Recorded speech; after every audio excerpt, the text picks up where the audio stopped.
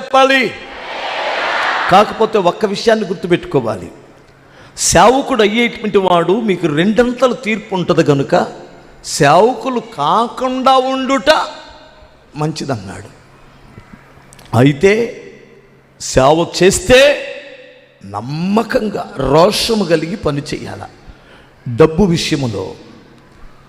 విషయములో జాగ్రత్తగా ఉండాలి దైవజనుడు. స్త్రీ విషయంలో ఇంకా జాగ్రత్తగా ఉండాలి. పేరు ప్రఖ్యాతలు అంటే పదవి విషయంలో అతి జాగ్రత్తగా ఉండాలి. ఈ మూడు చచ్చిపోయేంత వరకు నిన్ను వెంటాడుతూనే ఉంటాయి. లేమిలో ధనాపేక్ష వస్తుంది. ఎవడైనా 100 రూపాయలు ఇస్తే నొక్కేద్దాం అనిపిస్తుంది.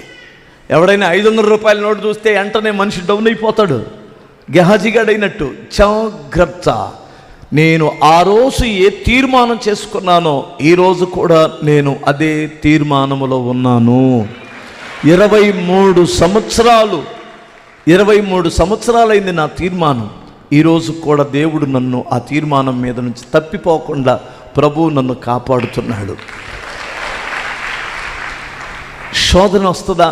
నా యవ్వన కాలంలోనే 25 సంవత్సరాలు పూర్తయిన తర్వాత నేను సేవకు వచ్చాను.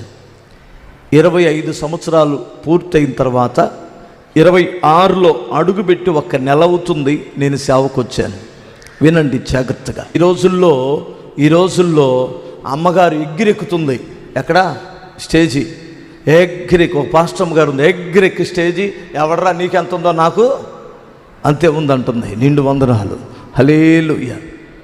ఒక గొప్ప దైవజనుడు నాతో ఒక మాట అన్నాడు. ఇద్దరం కారులో వెళ్తుంటే, బ్రదర్ నేను మిమ్మల్ని చాలా ఇష్టపడేది. 3 పేర్లు చెప్పారు, గొప్ప దైవ సేవకులు పేర్లు చెప్పి అంటున్నాడు, పలానా మీరు ఎందుకు నచ్చుతున్నారంటే మాకు మీరు భార్యని చక్కగా ఒక స్థానంలో ఉంచి కుటుంబ పరంగా కాపాడుకుంటూ సంఘం తల మీద ఎక్కించకుండా జాగ్రత్తగా నడిపించుకుంటున్నారు, అందుకని మీరంటే నాకు ఇష్టం అన్నాడు ఒక గొప్ప దైవజనుడు.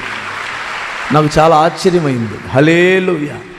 అది నా గొప్పతనం ఏముంది బాబు, నేనెప్పుడు నా భార్యని కింద కూర్చో అక్కడ కూర్చోమనలేదు. దేవుడు ఆమెకి ఆ జ్ఞానం ఇచ్చాడు. నా స్థానం ఎక్కడుంటే గౌరవం, నేను ఎలా ఉంటే గౌరవ మర్యాద వస్తుందో సంఘం దగ్గర నుండి అని ఆ తెలివి ఆ జ్ఞానం ఆమెకి ఇచ్చాడులే అనుకొని నా మనసులో నేను దేవుణ్ణి స్తుతించాను. బిగ్గరగా స్తోత్రం చెప్పాలి.